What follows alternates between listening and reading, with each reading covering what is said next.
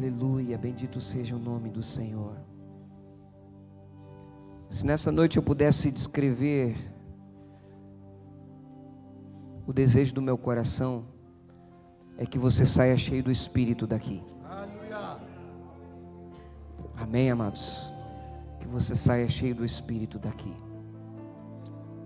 Por que, pastor? Porque quando saímos cheios do Espírito, não há lugar para mais nada. Não há lugar para mais nada. Aleluia. Graças a Deus. Lembrei de uma irmã que partiu há muitos anos para o Senhor, quando eu pastoreava a igreja da Carolina. Irmã Antônia. A irmã Antônia, alguns aqui conheceram, principalmente os irmãos que moram mais lá perto. Cega, com várias dificuldades de saúde, vários problemas. E eu ia levar ceia para ela na casa dela, e ela dizia assim: pastor, é resposta de oração o Senhor ter chego aqui hoje para trazer a ceia, porque eu estava orando e pedindo: Deus, envia alguém aqui para fazer uma oração por mim hoje. E assim ela foi levando a sua vida, batizada pelo pastor Silmar Coelho, primeiro pastor dessa igreja. E a irmã Antônia, nos últimos dias da sua vida, eu fui visitar ela no hospital, com muitas dores, em cima de um leito, já desenganada pelos médicos. E eu cheguei naquele quarto e fui orar por ela, mas era mais fácil se ela tivesse orado por mim, porque aquela mulher cheia de Deus começou a falar em línguas estranhas ali naquele quarto, e a presença de Deus era tão real, e ela glorificava o Senhor ali naquele leito. Nos seus últimos momentos de vida, ela estava glorificando a Deus. Ela não estava preocupada com a dor, ela estava preocupada com a presença de Deus. Amém, amados? E eu desejo isso para você, que você saia daqui não preocupado com os teus problemas nessa noite, não preocupado com as batalhas que você deixou lá fora, mas preocupado em transbordar do Senhor, em sentir a presença de Deus, e o resto é resto. Amém, amados? Em nome de Jesus, esse é o desejo do meu coração para a tua vida nessa noite. Amém? Por isso tudo que nós cantamos agora há pouco aqui deve ser a nossa oração, porque se isso acontecer conosco, se nós formos envolvidos pela presença de Deus, como nós acabamos de cantar, pela glória de Deus, como nós acabamos de cantar, eu tenho certeza que você vai sair daqui como se estivesse pisando nas nuvens. Amém? Amém? Ou só eu tenho essa certeza? Não, né? Não pode ser. Eu estou no meio dos crentes, amém, amados? Ah, agora sim, graças a Deus. Então vira para quem está do teu lado e diga assim: irmão, que você saia daqui cheio do Espírito nessa noite. Diz para ele aí: saia daqui cheio do Espírito.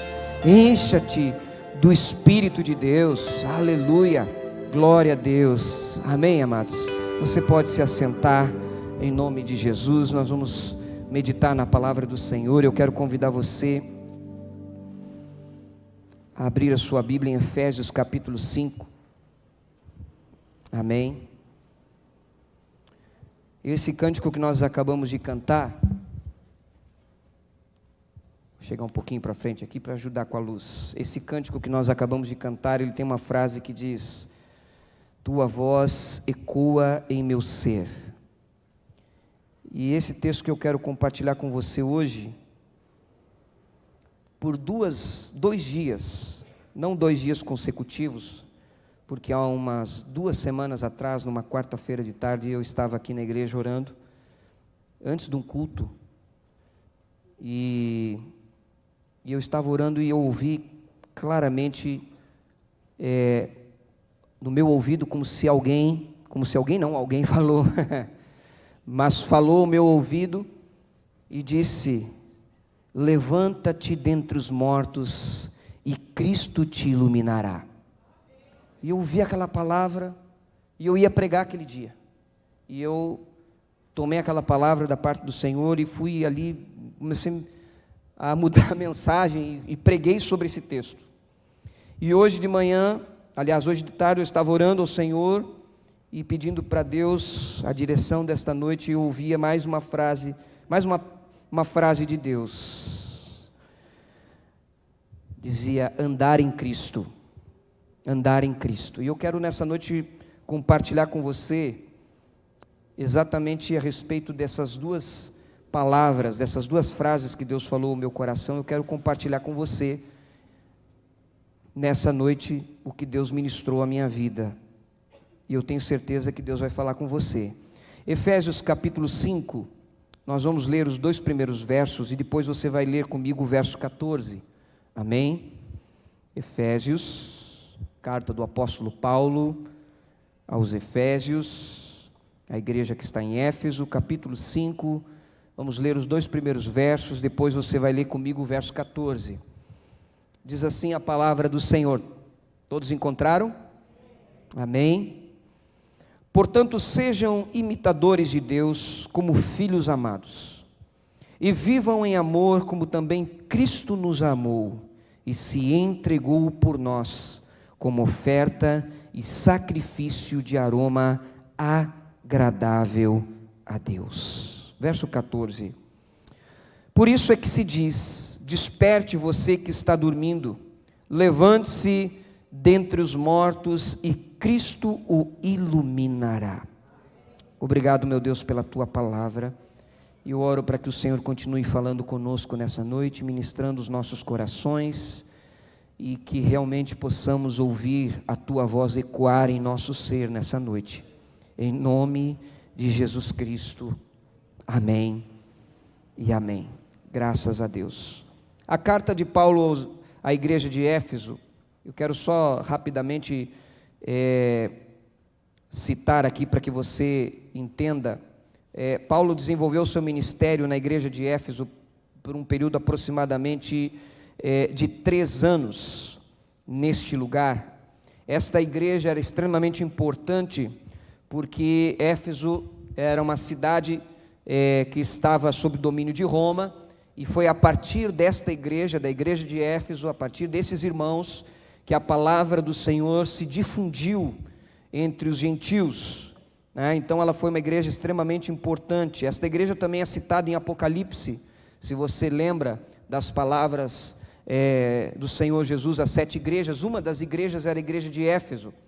Nós não sabemos precisar porque apenas 7 igrejas foram alvo, né, de cartas, porque haviam outras igrejas na Ásia, mas estas 7 igrejas, dentre elas a igreja de Éfeso, elas foram contempladas. O 7 representa também na Bíblia a plenitude, provavelmente significasse toda a palavra, ou a plenitude da palavra de Deus para a igreja, naquelas 7 cartas. Mas uma das igrejas que era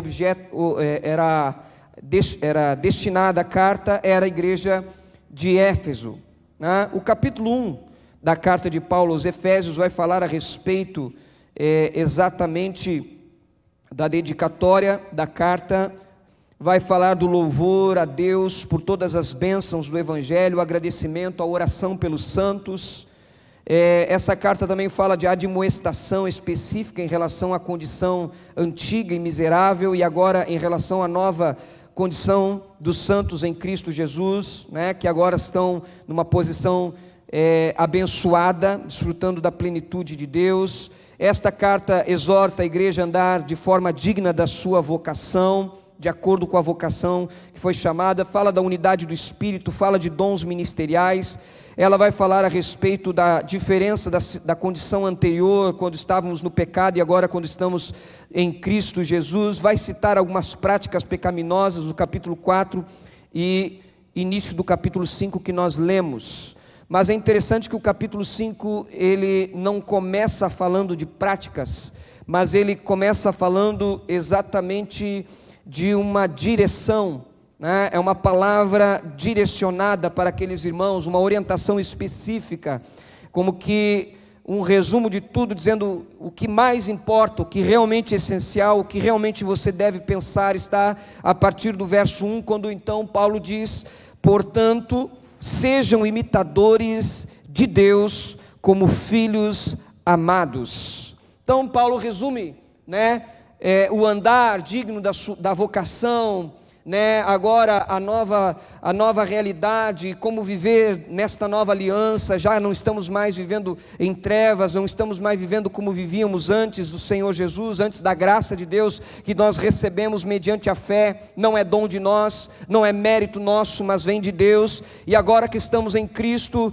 nós estamos resgatados daquela maneira fútil de viver que vivíamos antes, segundo as obras da carne. Agora nós estamos em Cristo Jesus. Então a orientação de Deus é que nós sejamos imitadores de Deus como filhos amados. É interessante que Paulo chegou não era uma mensagem estranha a pregação de Paulo, quando ele dizia, por exemplo, sejam meus imitadores como eu sou de Cristo. Isso já era algo comum na pregação de Paulo, mas a forma específica aqui do versículo 1 do capítulo 5 é muito mais contundente, quando ele diz, agora não sejam meus imitadores, mas ele está dizendo, sejam imitadores de Deus, como filhos amados. E aqui nós encontramos dois princípios importantes. O primeiro princípio importante é que agora nós somos filhos amados de Deus. E eu me lembro de quando Jesus está ali no Jordão sendo batizado por João Batista, e a Bíblia diz que se ouviu uma forte voz do céu, né? Que ela veio sobre Jesus, e a palavra que veio sobre ele é: este é o meu filho amado, em quem eu me comprazo, ou em quem eu tenho prazer. E agora Paulo usa essa expressão de filhos amados para nós, para a igreja, porque agora nós estamos em Cristo. Então é como se Deus olhasse para nós como filhos amados e diz: olha, lá vão os meus filhos amados, eu quero ter prazer neles, eu quero ter prazer na vida deles, eu quero me agradar deles. Então a orientação de Paulo é: sejam imitadores de Deus. A única maneira de agradarmos ao Pai é vivermos como filhos amados que imitam o Pai, que seguem o Pai. Isso só é possível a partir do exemplo de Cristo. Verso 2: e vivam em amor como também Cristo nos amou e se entregou por nós como oferta e sacrifício de aroma agradável a Deus. Ele se entregou a Deus. Então Paulo está dizendo: olha, sejam imitadores de Deus como filhos amados, né? E isso na prática é como Jesus fez. Vocês se entregam, vocês se oferecem, né, como uma oferta, como um sacrifício, um aroma agradável a Deus. Isso significa que nós vamos ter que entregar, nós vamos ter que ofertar, nós vamos ter que sacrificar, e isso tudo tem que ser feito de uma forma que agrade a Deus. Essas são as palavras do apóstolo Paulo para a igreja de Éfeso. Mas é interessante que esses dois versos, eles estão incutidos dentro de um chamado à santidade. No final do capítulo 4 da carta de Efésios, você vai ver Paulo falando a respeito de santidade. Ele vai falar a respeito de algumas práticas pecaminosas, coisas que não agradam a Deus. Vai falar de coisas até do dia a dia, palavras que desagradam a Deus, que não devem sair dos nossos lábios, mas apenas aquilo que edifica. Não viver em ira, em indignação, em gritaria, em blasfêmias, em maldade, né? Mas pelo contrário, viver de outra maneira. Também no capítulo 5, você vai observar, a partir do verso 13, ele vai falar da imoralidade sexual, da impureza, da avareza, né? Ele vai falar de uma série de outras práticas. E no meio de todo esse contexto que ele vai falando dessas práticas, ele não está atribuindo elas aos crentes, mas atribuindo àqueles que ainda não conhecem a Cristo. E é por isso que ele diz no verso 8: porque no passado vocês eram trevas, mas agora são luz no Senhor, vivam como filhos da luz, né? Ou seja, ele está dizendo: olha, esta era a realidade de quem estava em trevas, vocês eram assim. Vocês não podem, não devem mais viver assim, porque hoje vocês são luz, vocês agora são filhos de Deus, vocês são filhos da luz, vocês estão no Senhor, e esta não deve ser a prática de vida de vocês. Mas quando Paulo vai falar o que se deve fazer, ele dá ênfase ao que nós acabamos de ler no verso 1: sejam imitadores de Deus como filhos amados. Quando o propósito da nossa vida, quando o plano da nossa vida, quando nós entendemos a razão da nossa vida, é vivermos para Deus, nós não deveríamos nos preocupar com o que nós não devemos fazer, porque a partir do momento em que nós estamos colocando ou estabelecendo como objetivo, como alvo da nossa vida, agradar a Deus, naturalmente nós vamos procurar fazer para dar a Deus, para entregar a Deus, para sacrificarmos para Deus, porque nós queremos agradar a Deus. A nossa visão não está no que nós vamos deixar de fazer, ou o que nós vamos perder, ou a que nós vamos renunciar, mas a nossa visão está a quem nós vamos oferecer, a quem nós vamos entregar a nossa vida. Infelizmente muitas pessoas chegam na igreja preocupadas com o que elas vão deixar de fazer, com o que elas vão deixar de pecado. Certa vez uma pessoa chegou na igreja de Joinville, e ela vindo de uma outra denominação, que não vem ao caso o nome da denominação, mas que exigia uma série de coisas, e essa pessoa chegou para o pastor Rogério e disse assim: pastor, eu quero me tornar membro desta igreja, eu quero me tornar membro, eu quero congregar aqui, eu gostei desse lugar, me senti bem, estou à vontade aqui, então eu gostaria de fazer parte da igreja, eu gostaria de congregar aqui. E aí o pastor: amém, irmã, que bom, graças a Deus, seja bem-vinda, vamos receber a irmã, aquela coisa toda. E ela virou: pastor, mas eu só tenho uma pergunta para fazer. E ela: então faça a pergunta, irmã. Pastor, o que eu não posso fazer aqui? E o pastor Rogério, daquele jeito dele, deu um sorriso, virou para ela e disse assim: irmã, aqui pode fazer tudo, irmã, tudo. Pode amar, pode perdoar, pode orar, pode adorar, pode se render, pode ofertar, pode se quebrantar. Aqui você pode fazer tudo, pode ser cheio do Espírito, pode viver da maneira que você tem que viver. E eu achei interessante aquela colocação do pastor e nunca mais me esqueci, porque muitas vezes as pessoas estão preocupadas em seguir ao Senhor, pensando no que elas vão ter que deixar, mas quando elas encontram o Senhor, elas não precisam se preocupar com o que vão ter que deixar, porque elas vão fazer questão de deixar. Elas vão fazer questão de deixar, porque elas vão pensar assim: diante de Cristo, o que é isso?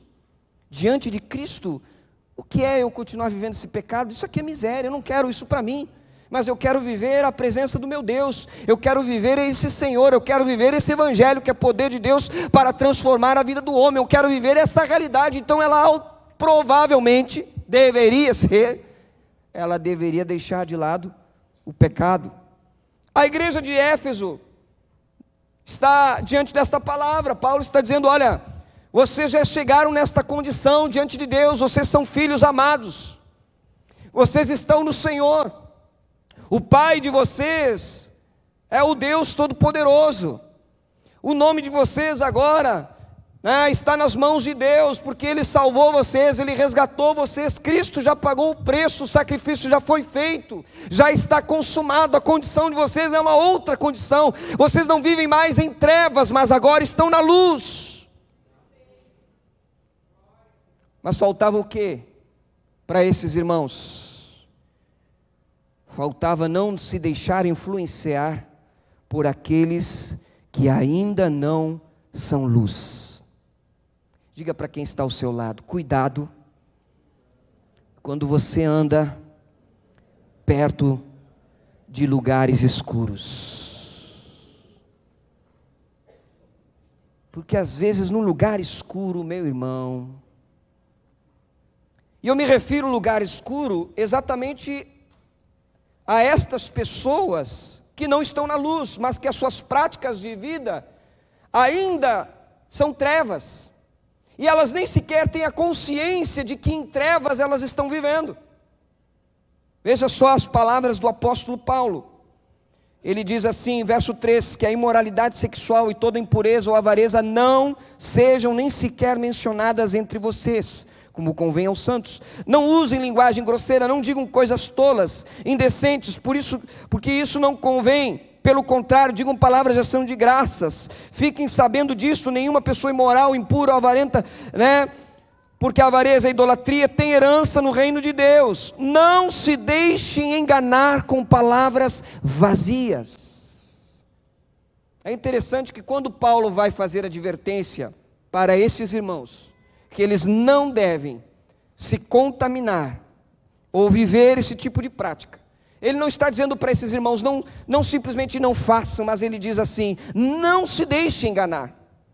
Ou seja, não são apenas obras que você peca por aquilo que você faz, mas são obras que você peca porque você se deixa iludir por elas, se deixa enganar por elas, se deixa levar por elas.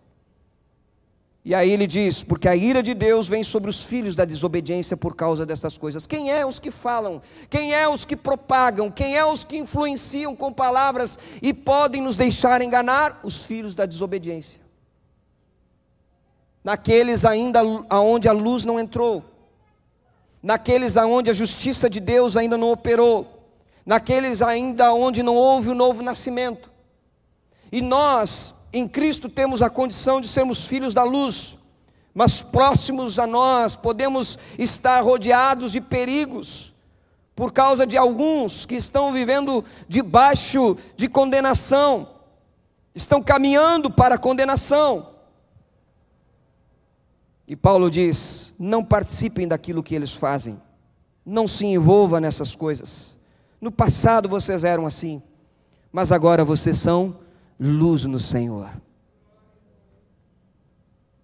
Isso aqui é interessante porque isso nos leva a pensar um pouco do porquê que muitas vezes a nossa condição em Cristo não se torna prática na nossa vida. Porque espiritualmente falando, veja aonde nós estamos. Vamos lá, quero chamar você para que você veja. Capítulo 1 de Efésios, versículo 3. Veja onde você está em Cristo. Essa é a condição conquistada na cruz do Calvário para nós. Essa é a sua condição. Essa é a condição daqueles que estão em Cristo. Capítulo 1 de Efésios, verso 3: bendito seja o Deus e Pai de nosso Senhor Jesus Cristo, que nos abençoou com todas as bênçãos espirituais nas regiões celestiais em Cristo. Aonde você está? Aonde você está? Abençoado aonde? Com todas as bênçãos espirituais, aonde? Nas regiões celestiais em Cristo.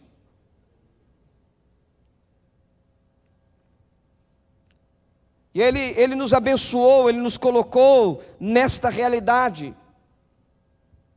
Verso 7, nele temos a redenção pelo seu sangue, a remissão dos pecados, segundo a riqueza da sua graça, que Deus derramou abundantemente sobre nós em toda sabedoria e entendimento, e Ele nos revelou o mistério da sua vontade, segundo o propósito que Ele apresentou em Cristo, de fazer convergir nele, na dispensação da plenitude dos tempos, todas as coisas, tanto as do céu como as da terra. Sabe o que Paulo está dizendo? Vocês estão assentados nas regiões celestiais em Cristo Jesus, vocês estão abençoados com bênçãos espirituais. Isso é sobrenatural, isso vai além daquilo que nós entendemos e conhecemos, e além disso, vocês têm como propósito de vida, vocês viverem para Cristo. Tudo tem que estar voltado para Cristo, tem que convergir para Cristo, e essa palavra é interessante, porque ele diz assim, na dispensação e na plenitude dos tempos.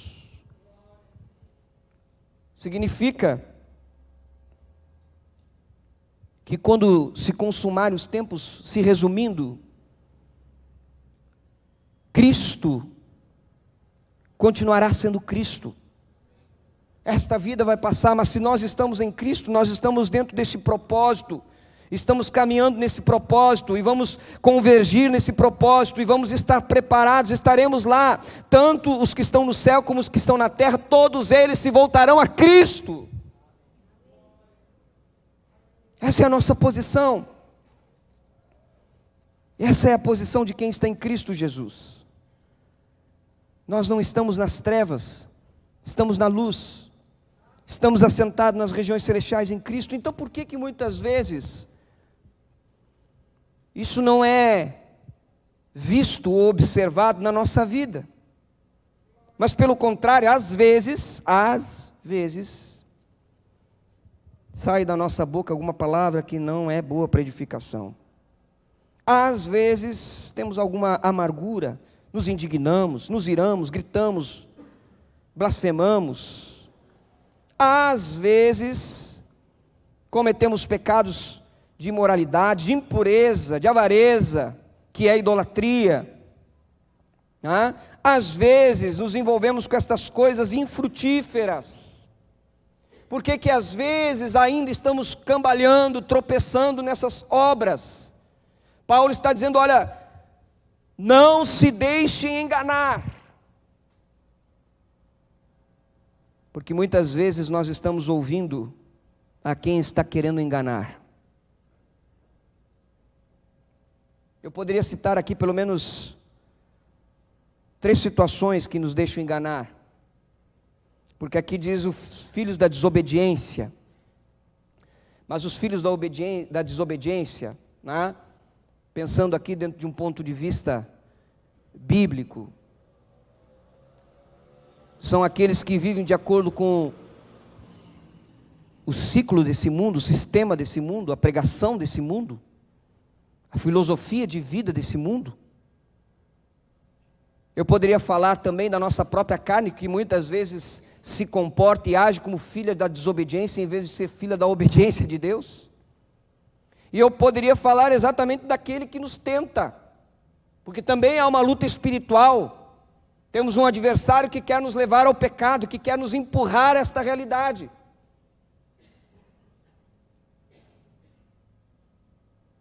Então, como filhos da luz, nós devemos estar atentos. Nós devemos estar olhando para Deus. Devemos estar atentos a Ele.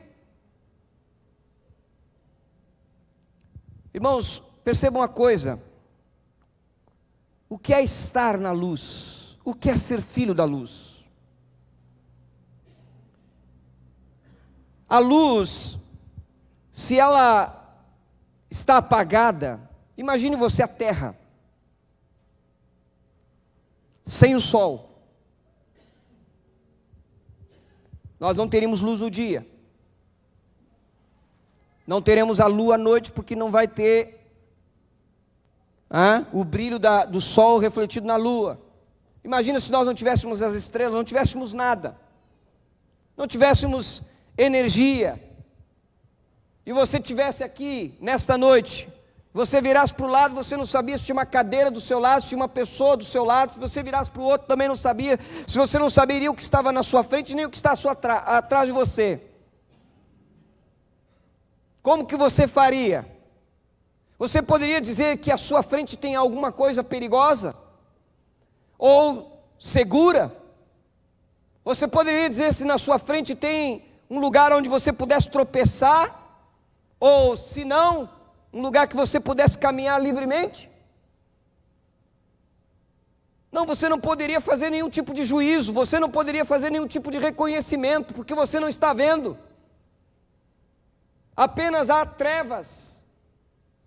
Trevas que não deixam você distinguir o que está à sua frente, o que está ao seu lado. Mas quando a luz, as coisas recebem o foco de luz, elas tomam forma. Elas tomam forma, a gente vê o tamanho, a gente vê a espessura, a gente vê a sombra, a gente vê a matéria. As coisas ficam fáceis de serem discernidas. O que o texto está dizendo é que aqueles que são filhos da desobediência, eles estão nas trevas, eles na verdade não sabem, não conseguem fazer juízo do que estão fazendo. Porque eles não conseguem ver a forma, o perigo, o risco, a maldição, o pecado, o afastamento de Deus. Mas nós estamos na luz, temos a mente de Cristo. Temos uma mente que consegue capturar a imagem, vislumbrar o perigo. Temos uma mente que consegue fazer juízo das coisas, consegue perceber as coisas e sabe discernir o que agrada e não agrada a Deus. Esta é a realidade de quem está na luz. Por isso Paulo está dizendo que nós não podemos ser cúmplices das obras infrutíferas das trevas. Pelo contrário, nós temos que reprová-las, porque na verdade nós somos coniventes com elas, porque nós conseguimos ver que está errado, nós conseguimos enxergar o que não está certo, nós conseguimos discernir o que não agrada a Deus. Porque Jesus é luz, e aonde Jesus entrou, fica muito claro como nós devemos e como nós não devemos ser. Ele é a luz do mundo. É por isso que nós devemos andar em Cristo. Porque quando estamos andando em Cristo, nós estamos enxergando para onde nós estamos indo. Nós estamos enxergando para que caminho nós estamos pendendo, para que lado nós estamos andando. Nós podemos até errar, nós podemos nos distrair, nós podemos até em alguns momentos cochilar e não perceber e não enxergar, mas a luz está ali diante de nós. Então vem o Espírito de Deus e nos desperta e diz: desperta você que está dormindo, acorda, porque Cristo quer te iluminar, Cristo quer fazer você ver, Cristo quer fazer você enxergar o que está diante de você.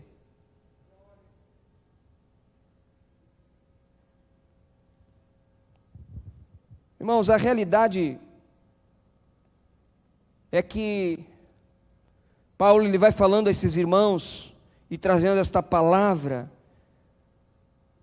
porque realmente eles estavam vivendo um tempo difícil, e nós vamos ver o texto um pouco mais abaixo, vai falar a respeito desse tempo que eles estavam vivendo, um tempo que era complicado. Verso 15 ele diz: cuidado com a maneira como vocês vivem, e não vivam como tolos, mas como sábios, aproveitando bem o tempo, aproveitando bem as oportunidades, porque as oportunidades em um tempo mau, em um tempo difícil, são escassas. As oportunidades em um tempo mau, em um tempo difícil, elas podem, como diz o meu sogro, ser como um chumaço de cabelo na cabeça de um careca. Meu sogro costuma sempre brincar e diz isso, que se você não pegar aquele chumaço, depois não pega mais nada. Ele sempre faz essa brincadeira. As oportunidades elas passam, os tempos vão passando. Observe uma coisa: no ministério de Jesus houve grande avivamento para algumas cidades, mas elas não perceberam o tempo da sua visitação, e vai haver mais juízo para elas do que para Sodoma e Gomorra.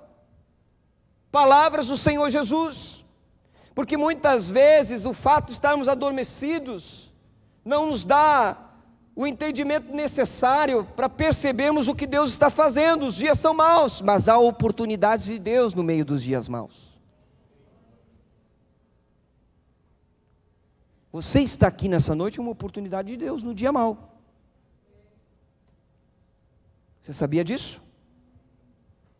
É uma oportunidade de Deus. Me lembro do irmão Ivori. Lembrei dele agora aqui.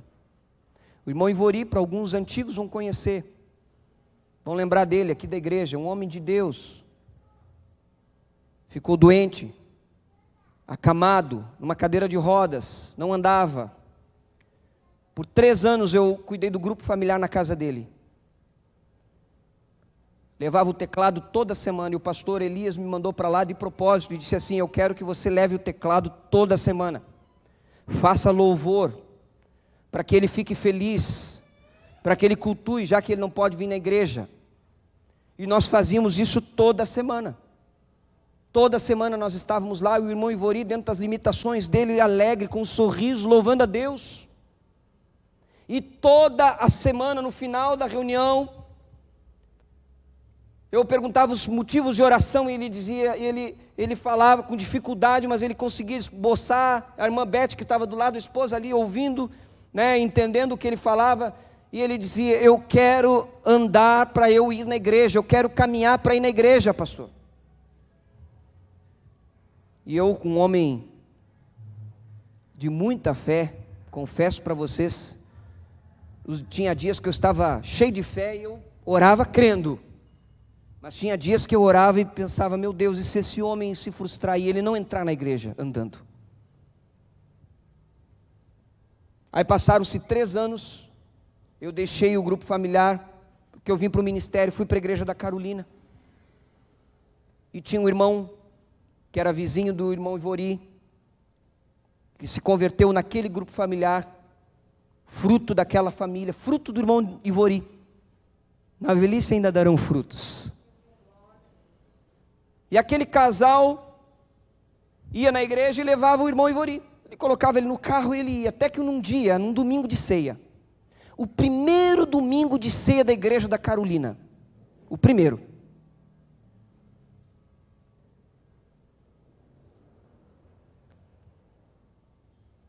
o carro encostou, foram tirar ele do carro e ele disse assim: não, eu vou entrar andando. E o pessoal se apavorou, e a Beth, ele quer entrar andando, e ele quer entrar andando. E ele deu um jeito, ele levantou. E ele foi andando do carro até o púlpito da igreja.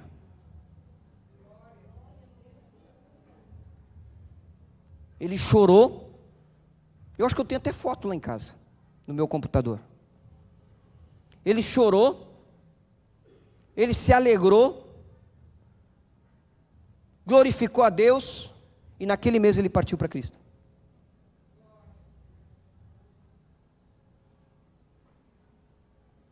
Aproveitou cada oportunidade. O tempo era mau, doença, enfermidade, noite sem dormir, porque tinha um negócio de umbanda, de feitiçaria do lado da casa dele, não respeitavam aquele homem doente, faziam cada coisa que você não faz ideia. Eu sei porque eu toda quarta-feira passava lá, e toda quarta-feira nós éramos afrontados, literalmente, pelo diabo. Mas aquele homem aproveitou cada oportunidade. Às vezes nós temos o privilégio de estarmos na casa de Deus, de virmos à casa do Senhor, de cultuarmos a Deus, de buscarmos a Deus, mas nós vamos postergando, nós vamos nos envolvendo com outras coisas. E aí eu quero chamar a sua atenção para o verso 14, porque Paulo diz assim: por isso é que se diz, desperte você que está dormindo, levante-se dentre os mortos e Cristo te iluminará. É interessante que quem está dormindo aqui está comparado a quem está entre os mortos. Aí você pode dizer: mas pastor, essa palavra é para quem ainda não está em Cristo. É verdade, mas está escrito no meio daquilo que foi falado para quem está em Cristo. Serve de advertência para nós. Desperte você que está dormindo, acorde-se. O dormir aqui é estar insensível para aquilo que Deus está fazendo. O dormir aqui é estar totalmente alienado, descansado, não estar atento, não estar vislumbrando, é estar como quem está morto. E por mais dura que seja esta palavra, vou dizer uma coisa para você, não fique chateado comigo. Mas quando o apóstolo Paulo escreve a primeira carta de Coríntios, capítulo 11, a partir do verso 23, que nós lemos todo o culto de ceia, porque eu recebi do Senhor que também vos entreguei, que o Senhor Jesus, na noite que foi traído, tomou o pão, partiu, deu graças, comeu, logo deu aos seus discípulos, comeram, tomou o cálice, enfim. E mais adiante, o que Paulo está dizendo lá? Há entre vós muitos fracos e doentes. Olha só, fracos e doentes. E aí ele completa: e muitos que dormem. É interessante que ele dá aqui essa ordem, né, de quem vai se entregando: fracos, desatentos, fracos, muitos fracos, doentes, enfermaram, estão enfermos, né, estão mais vulneráveis do que fracos, já estão acometidos de algum mal, e muitos que dormem. Muitos que dormem no meio da igreja, dormem no meio do que Deus está falando, dormem no meio daquilo que está acontecendo. Desperte você que está dormindo, Levante-se dentre os mortos e Cristo te iluminará. Sabe o que Paulo está dizendo? Saia dessa condição, se levanta, se coloca numa posição, porque Cristo vai iluminar a tua mente, você vai receber a luz de Cristo, e aquilo que você não consegue ver porque está dormindo, você vai ver, porque o Espírito de Deus vai te ajudar a ver, você está em Cristo. Levante-se você que dorme, e Cristo te iluminará. Cristo te iluminará. Saia dessa condição. E aí ele vai dizer: tenham cuidado com a maneira que vocês vivem, e vivam não como os tolos, os tolos, mas como sábios. O tolo aqui é exatamente esse, desligado. Mas viva como sábio. Sábio é aquele que está atento. Sábio é aquele que está despertado. Sábio é aquele que está enxergando o que está acontecendo. Sábio é aquele, a Bíblia chama aquele que está ligado. Quem é esse sábio? É o que aproveita bem o tempo, mesmo que os dias sejam maus. Quem é o sábio? Aquele que procura, verso 16, compreender qual é a vontade do Senhor. Compreender qual é a vontade do Senhor. É interessante porque não basta simplesmente você viver uma vida pensando no que não pode fazer, mas você tem que pensar no que você tem que fazer, e você deve fazer a vontade de Deus. É fazer a vontade do Senhor. Qual é a vontade do Senhor? Qual é a vontade de Deus? Você já parou para pensar?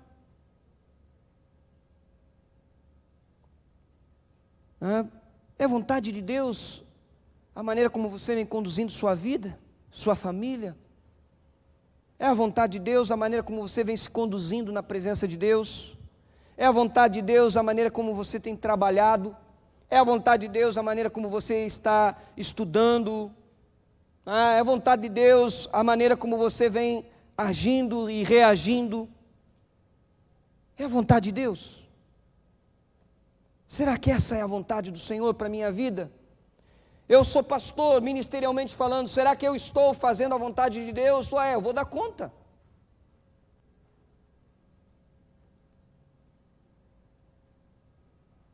Você que é irmão, você que está sentado no banco da igreja, será que você está fazendo a vontade de Deus? Pois é, você também vai dar conta, irmão. Nessa fila não tem como a gente furar.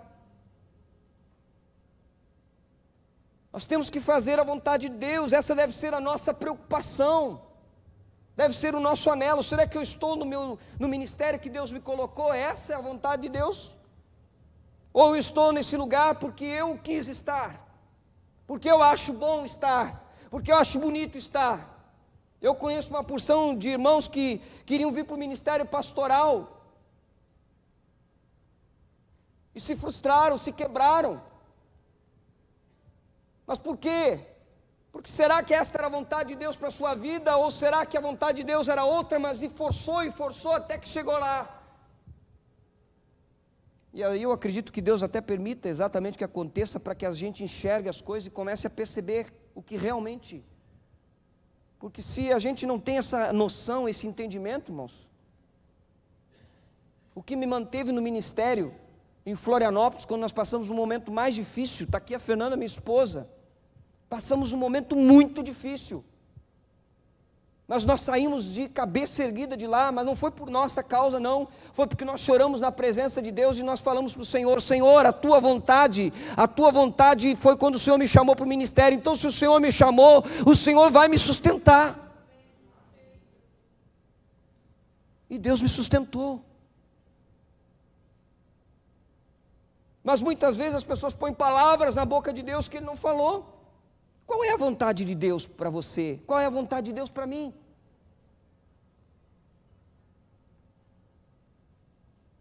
É bom a gente se perguntar isso. Qual é a vontade de Deus? Qual é a direção que Deus tem para nós? No verso 18 ele diz: e não se embriaguem com vinho, pois isso leva à devassidão. E o vinho aqui, realmente no sentido literal, é vinho mesmo. O indivíduo bebia e ficava bêbado e ficava lá desligado, desorientado, fora. Não era capaz de responder pelas suas faculdades, pela sua mente, faltava consciência e entendimento. Ficava ali perdido. E eu tenho para mim que nos dias que nós estamos vivendo tem muita gente que está embriagada, mas não é de vinho, mas é de coisas que fazem você sair um pouco da realidade, é de coisas que fazem você espairecer, mas um espairecer egoísta, um espairecer que não tem nada a ver com a vontade de Deus, que apenas satisfaz a carne.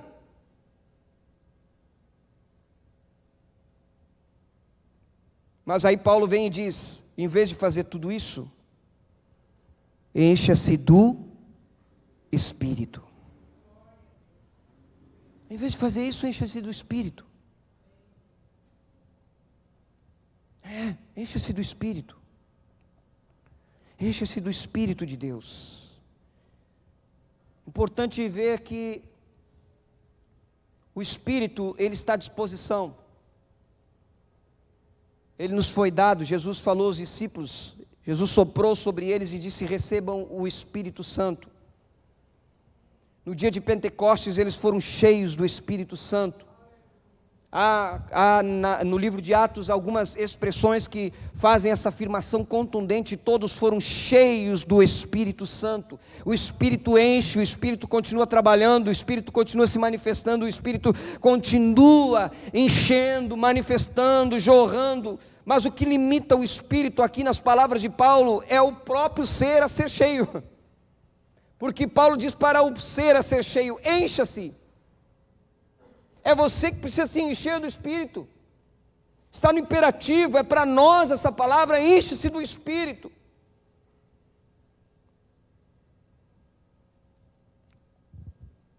Wesley disse: dá-me 100 homens que sejam cheios do Espírito,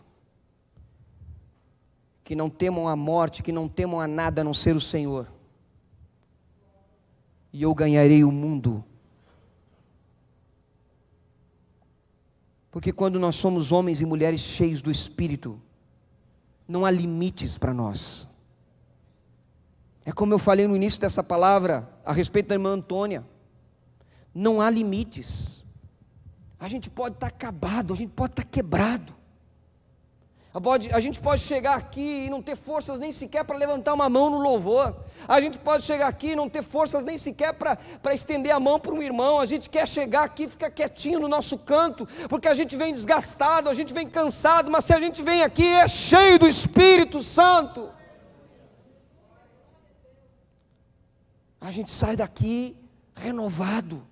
A gente sai daqui cheio. É capaz da gente sair daqui e ainda sair impondo as mãos pelas pessoas aí fora, orando, expulsando demônio e ordenando cura sobre as pessoas em nome de Jesus. E Deus ainda vai fazer milagres, porque o poder não vem de nós, vem de Deus, vem do Espírito. Mas para isso a gente tem que ser cheio do Espírito. A gente tem que se encher do Espírito Santo para vencer a carne. Para ao invés de ouvir os filhos da desobediência, nós influenciarmos os filhos da desobediência a se converterem ao Senhor, a se voltarem ao Senhor, e aí haverá um avivamento nos nossos dias. Vai haver. Irmãos, leia a história da igreja. Leia a história da Inglaterra para você ver nos tempos de Wesley. Como é que estava a Inglaterra? Muito pior do que o Brasil dos nossos dias. Leia para você ver o que Deus faz com homens cheios do Espírito Santo, como ele se torna uma arma nas mãos de Deus, como ele se torna uma ferramenta eficaz, eficiente nas mãos de Deus, é capaz de transformar o mundo. E nós estamos aí preocupados com os dias maus, mas se nós formos cheios do Espírito Santo, esses dias serão dias de derramar do Espírito sobre toda a carne, porque a palavra já nos foi dada, a promessa já nos foi dada. Sermos cheios do Espírito Santo.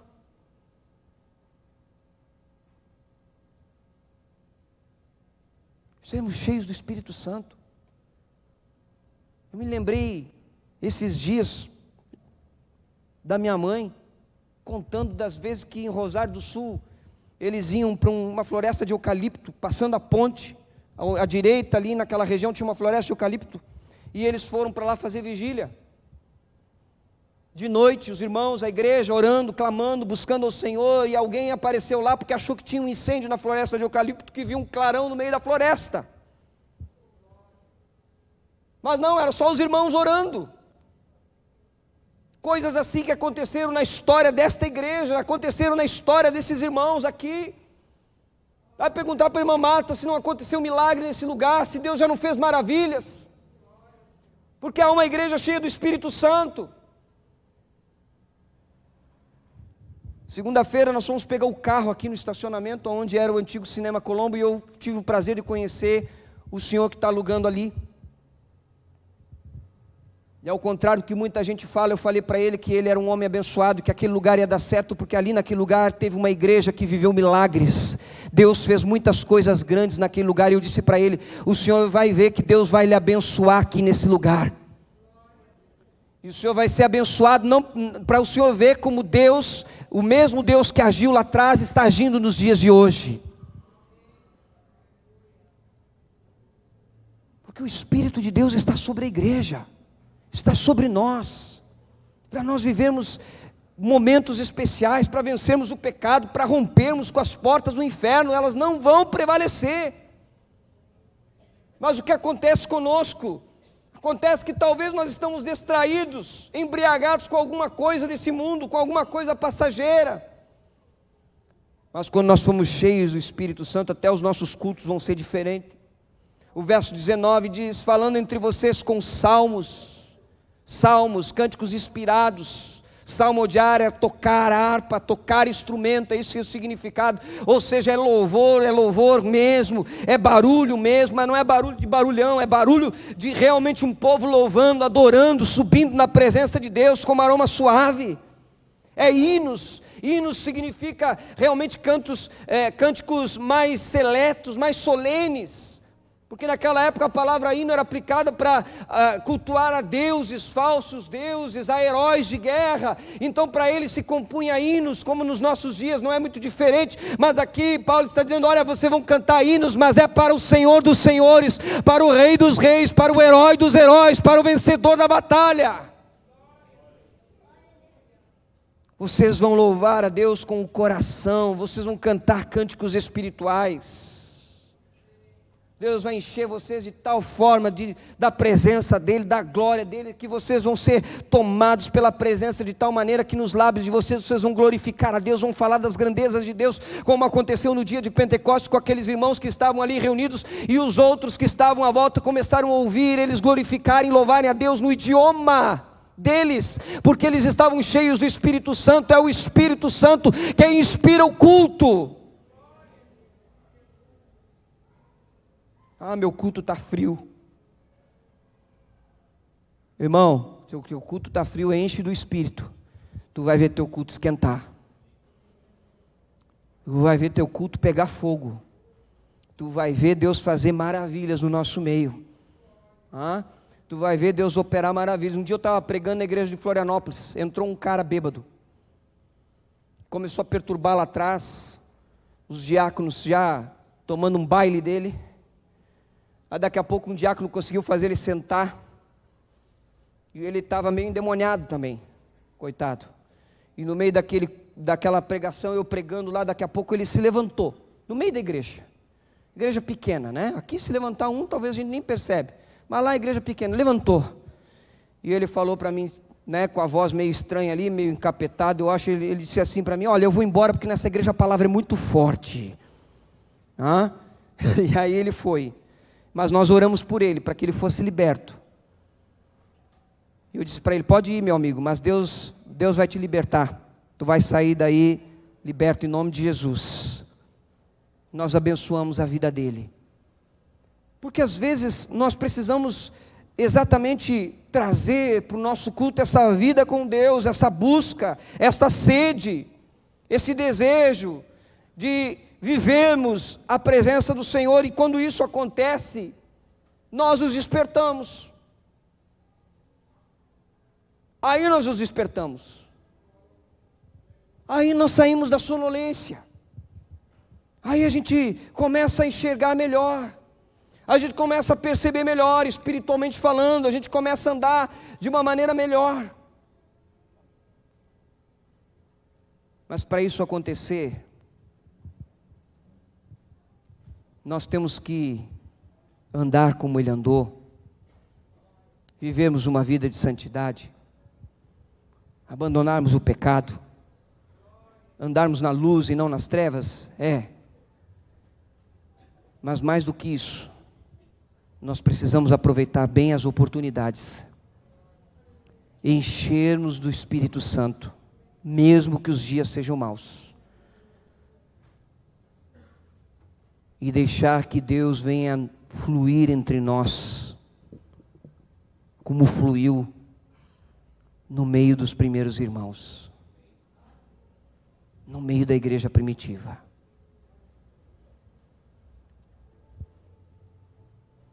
Essa noite eu quero chamar a sua atenção, para que você entenda, Jesus está voltando. Sabe por que Paulo fala isso? Aproveitar cada oportunidade, porque a igreja primitiva vivia aguardando a segunda vinda de Cristo para qualquer momento. A segunda vinda. Não estou falando do arrebatamento. O arrebatamento vem antes da segunda vinda. Escute, vem antes da segunda vinda. Se a segunda vinda está próxima, e a Bíblia diz que está próxima, mais próximo está o dia em que Cristo virá entre as nuvens dos céus, ao soar da trombeta, aqueles que morreram em Cristo ressuscitarão. Não importa se eles estiverem lá do lado do Titanic, está na moda agora, não importa, ressuscitarão, vão encontrar com o Senhor nos ares, com um corpo transformado, glorificado, e logo após a igreja, nós nos reuniremos com eles. Jesus está às portas,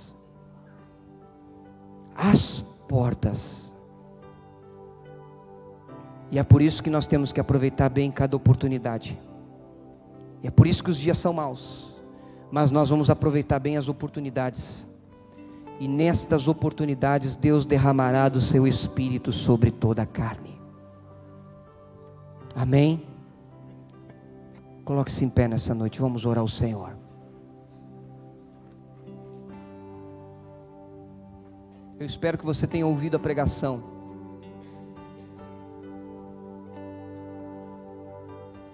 E fique tranquilo. Eu não vou fazer um apelo para você vir à frente. Nós vamos dar as mãos aí onde você está. Nós vamos orar.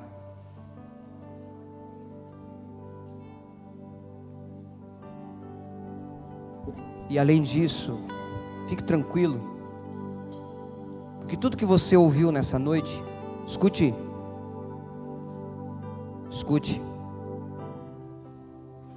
e guarde bem isso que eu vou falar para você. Tudo que você ouviu nessa noite, não por força nem por violência, mas pelo Espírito de Deus, você vai meditar essa semana. Não vai ser o pastor Felipe que vai dizer, abre a tua Bíblia em Efésios 5. Você vai estar lá no teu trabalho e vai vir essa palavra na sua mente, porque o Espírito vai trazer a sua mente. O Espírito vai falar com você, vai despertar você, porque o maior interessado em que a igreja se desperte é o Senhor. É o maior interessado. É o maior interessado. Feche os teus olhos nessa noite, fale com o Senhor. Apresente diante de Deus o teu coração e diga, Senhor, me desperta. Me desperta, Senhor. Desperta meu coração, a minha vida diante da tua presença. Desperta, Senhor.